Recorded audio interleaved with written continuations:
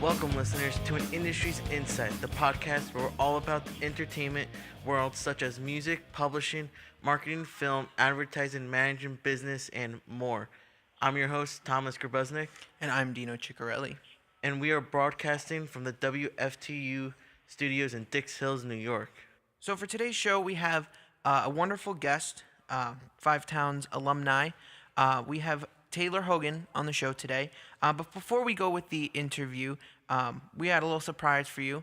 Taylor has an EP coming up, and we have a special release song just for you guys, our Industry Insight listeners. So this song is called This Ain't Wonderland by Taylor Hogan, and we hope you enjoy it. Lost girl with the sense of adventure in her eyes. Lost touch with the world, but that's where she lies. Late at night, when she's sitting there crying her eyes out, on her knees where she pleads, and it turns into just please. Get me out of this rabbit hole where I'm chasing time, trying to get home. Can't find all this rabbit in a rabbit hole anymore, anymore, anymore. He says, my dear, this ain't Wonderland. Your name isn't even Alice.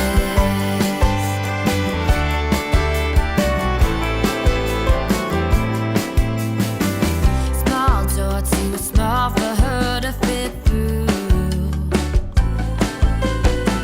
Still lost, doesn't know where to go or what to do. She's on her knees, saying, if you're there, please help me. To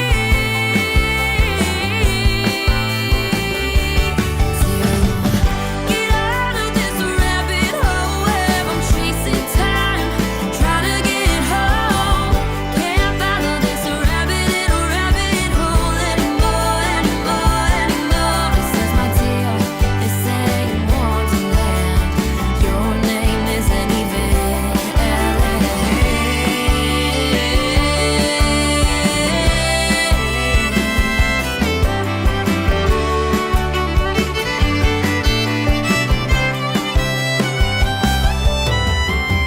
Please tell me how, dreaming in a rabbit hole so far from home. Please tell me how, dreaming.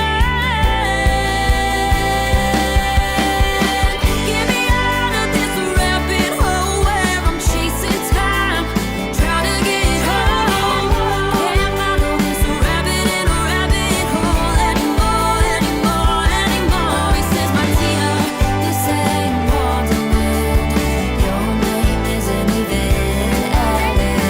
Get me out of this rabbit hole. He says, my dear, this ain't Wonderland. You're just dreaming Alice. So you heard it here first. This Ain't Wonderland by Taylor Hogan. If you liked what you heard, the EP comes out this Thursday, November 15th, everywhere. You can find it on Apple Music, iTunes, Amazon Music, Spotify, you name it. So with that being said, so today we got a wonderful guest. We have a returning guest Returning. this season. Five Towns student alum. Last year she won stage. She's got a big EP coming out, and please welcome to our show, our guest for the day, Taylor Hogan. Hi, thank you so much for having me. How are you guys? Doing good, doing good. Thank you for being on the show today. Yeah, of course. I appreciate you asking me. Nice to have you back. All right, so now from last semester, of course, now we're doing a phone interview. Can you give us a little insight as to why we're on a phone interview today? Because I just moved to Nashville, Tennessee to go to school down here and to live out my dreams of being a country music singer. So I'm in Nashville, Tennessee right now, and that's why we're doing a phone interview. That's wonderful. So Thank you. right off the bat, how's life after Five Towns? What are you up to now? It's awesome. I'm trying to get some gigs down in Nashville.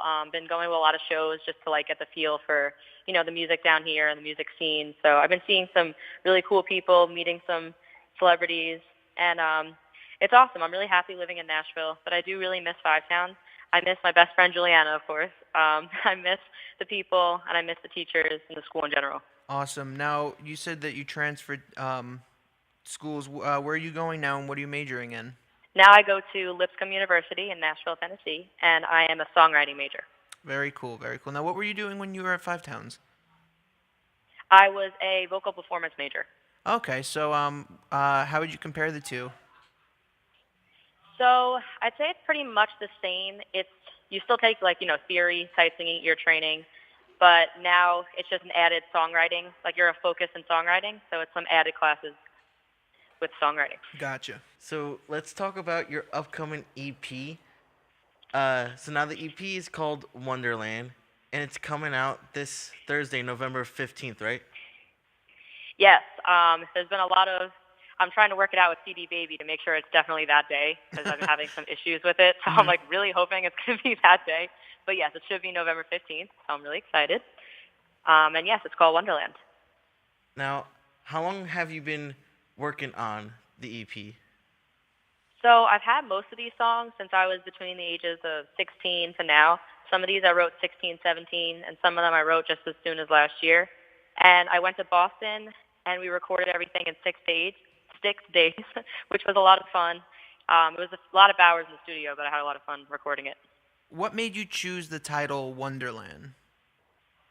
So This Ain't Wonderland is one of the names of the tracks off the EP, and I really wanted to use that one for the name just because it's one that tells the story the most, and to me, that's what I want my first EP to show, because I'm a songwriter, and also I want to show that I'm a storyteller.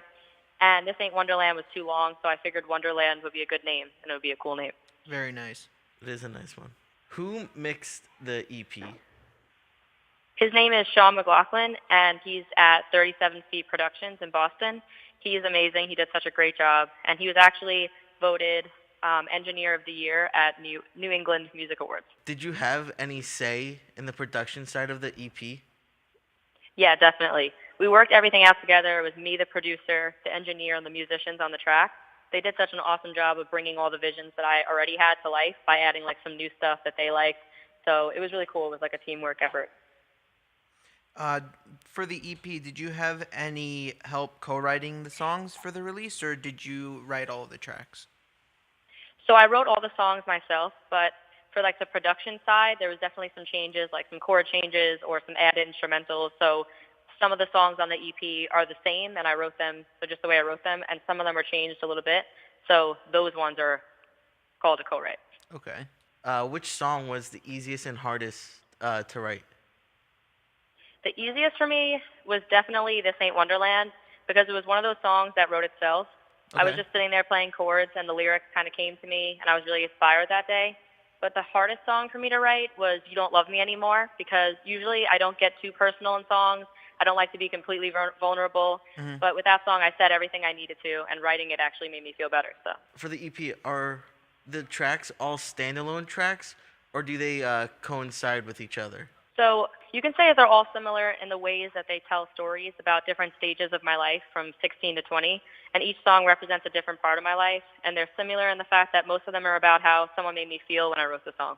So Taylor, before we talk about your EP release show, I want to talk to the listeners and remind them that they are listening to an Industries Insight podcast. We are broadcasting from the WFTU studios in Dix Hills, New York. Now, a couple weeks ago, you had your EP release show here on the island at the Warehouse in Amityville, New York. How did it feel doing your first EP gig, and how did it feel performing your original music in front of so many people? That night was awesome. It was seriously one of the best nights of my life. I was so happy with the turnout. We ended up hitting maximum capacity, and the crowd was so awesome, the applause, and they were so supportive, and they waited after for pictures and just to talk to me about my song. It was also nice because there was a lot of young girls in the audience and even some adults that I didn't really know, and they came up to me and they said they related to a certain song, which made me feel nice as a songwriter. I also saw you guys there, which was nice. Thanks for coming. When we got there, it was really packed, and we were in the back. There was no seats, no nothing. It was oh wow, really? Yeah, it was jam packed in there, and it was a really good show. I really enjoyed both yourself and your opening act. you guys both really killed it. It was a really great show. It was really good. Oh, thank you so much. Yeah, Very- he did a really awesome job also. Now, the band that accompanied you, did they help you record the EP, or did you have like studio musicians? Yes, all but two people that were there that night were all on the EP, which was awesome because I already felt comfortable with them, and they really brought the songs to life, and they already knew them, so it was definitely a lot better that most of them already knew it. But even the two that were new to it, they brought it to life also, and they just added some awesome stuff to it. No, that's really great because like just listening to it is like you had the violin, you had the mandolin, you had the guitars and drums. It was great. It sounded like it would have been like studio quality. So Oh, thank you. I thought it sounded really great. Thank And you like so you much. said, like I appreciate that. like you said, with the crowd, like doing like participation and singing along and everything. Like I thought it was great because you know you didn't just do original music. You did some covers. Yes. So it was like you got some cool crowd participation and everything like that. Now, Thank you. yeah, no problem. It was an awesome feeling. Now, some of the tracks that are on this EP I've heard before. So like This Ain't Wonderland, and Girls Like You, all that type of stuff. Right. Now, some of these tracks you performed at the EP release party. Yes. Actually, one of my my favorite tracks on the EP is This Ain't Wonderland. Oh, wow. Thank you. So for our listeners, not last school year, the year before that, Taylor and I were both in a contemporary a cappella ensemble on campus here at Five Towns College. And Oh, yes. our instructor, Professor Silverberg, wanted to do something a little different other than covering popular songs that you'd hear on the radio. So he proposed the idea of doing a student original song in the form of a cappella. And ultimately, Taylor's song This Ain't Wonderland was chosen to do at the concert. Now, since you said that it was one of the easier songs to write on the album, how about you tell the listeners what This Ain't Wonderland is about and actually what made you write this song? All right. So, like I said, it was kind of one of those songs that wrote itself. But I was sitting down. I was about 16 when I wrote this song. So I was sitting in my family room, and I was home by myself. So that's when I usually like to write songs. So I was just sitting there playing chords, and I didn't have anything at the time. Like I didn't have any ideas right then. So I put my guitar down. I went to go get something to eat, and then randomly in my head, I got "Get me out of this rabbit hole," that part. And I was like, oh, I kind of like that. So I'm going to put it in my notes. And then when I got back to my house, I went back to my guitar, and I just started writing, and all the ideas just kept coming. And I actually wrote that song straight through and then just fixed certain points that I wanted to after in the voice memo. That's really cool. So that one was really fun to write. Which song on the EP would you say is your favorite? That's tough to choose because they're all so personal to me and they tell a story about different parts of my life. But if I had to choose one, I'd probably say Girls Like You, just because it's sassy and I wrote it Yeah. about, I wrote it when I was mad about something, so it kind of made me feel better writing it. And it's just really fun to perform that one. Like at the EP show, I had so much fun performing that one. I saved it as the hopefully encore piece. So I love that you played it so too. it's fun. No, Thank you. It's great. I really like that one too. But like I could totally understand what you're saying. You know, like just getting the feeling, like the stress relief when you're writing about something. You just put the words on the paper and it just flows Yeah, out. exactly. And then like it makes you feel better about yourself knowing that you created this song that hopefully will reach out to the public and then people will be singing your song. So Right. Yeah, I it's really hope for that. Thank you. I appreciate it. So do you want to go into a little bit more about the song specific or? Yeah, sure. Like what it's about. Yeah. Yeah. So Girls Like You is a song that I wrote about a girl who wasn't that nice to me. And I remember this one day she did something that made me so mad. So I went back to my room and I started writing about it.